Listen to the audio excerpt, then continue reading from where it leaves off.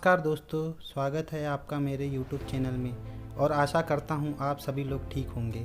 मनुष्य की बढ़ती हुई जनसंख्या, उसकी आवश्यकताएं और बढ़ता हुआ आधुनिकीकरण, इन सब कारणों की वजह से जंगलों की अंधाधुंध कटाई, जंगली जानवरों का भोजन की तलाश में जंगलों से शहरों और गाँवों की ओर पलायन बहुत तेज़ी से हो रहा है, जिस पर समय रहते ही ध्यान देने की काफ़ी आवश्यकता है, अन्यथा यह एक गंभीर समस्या बन सकती है।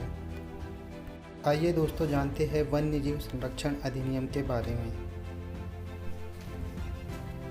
भारत सरकार ने वर्ष 1972 में वन्य जीव संरक्षण अधिनियम पारित किया था। इसका मकसद वन्य जीवों के अवैध शिकार, मांस और खाल के व्यापार पर रोक लगाना था।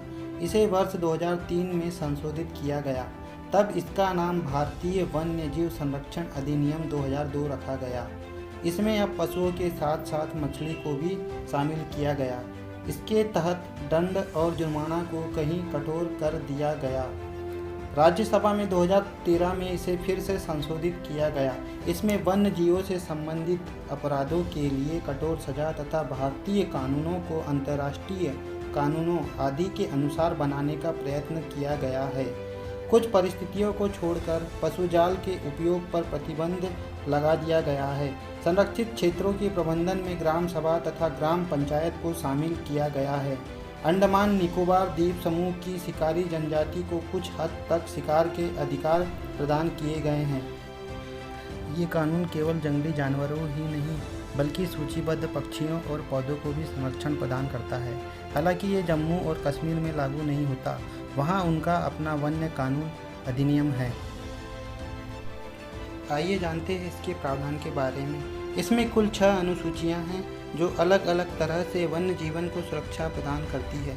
अनुसूची 1 और अनुसूची 2 इसके द्वितीय भाग वन्य जीवन को पूरी सुरक्षा प्रदान करते हैं।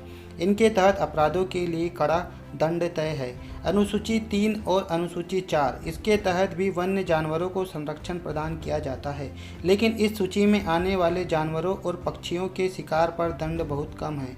अनुसूची 5 इस सूची में उन जानवरों को शामिल किया गया है जिनका शिकार हो सकता है।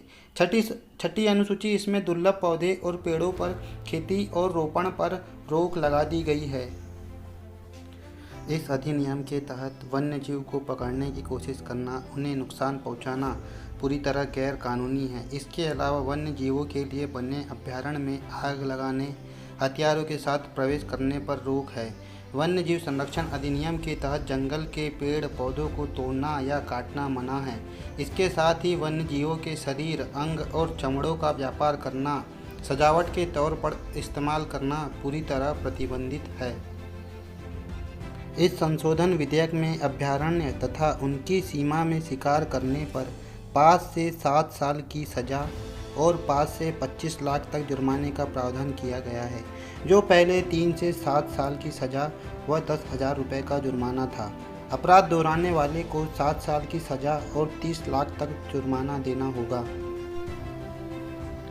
International union for conservation of nature IUCN realist द्वारा एक रिपोर्ट के अनुसार कुछ लुप्त प्रजातियां निम्न हैं: भारतीय हाथी, बंगाल टाइगर, भारतीय गेंडा, गौर, शेर जैसी पूंछ वाला अफ्रीकी लंगूर, तिब्बती हिरण, गंगा नदी डॉल्फिन, नीलगिरी तहर, हिम तेंदुए, ढोल, काली बतख, महान भारतीय बस्टर जिसे सोन चिरैया भी कहा जाता है, जंगली उल्लू, सफ़ेद पंख वाली बतख और कई प्रजातियां इसमें शामिल है।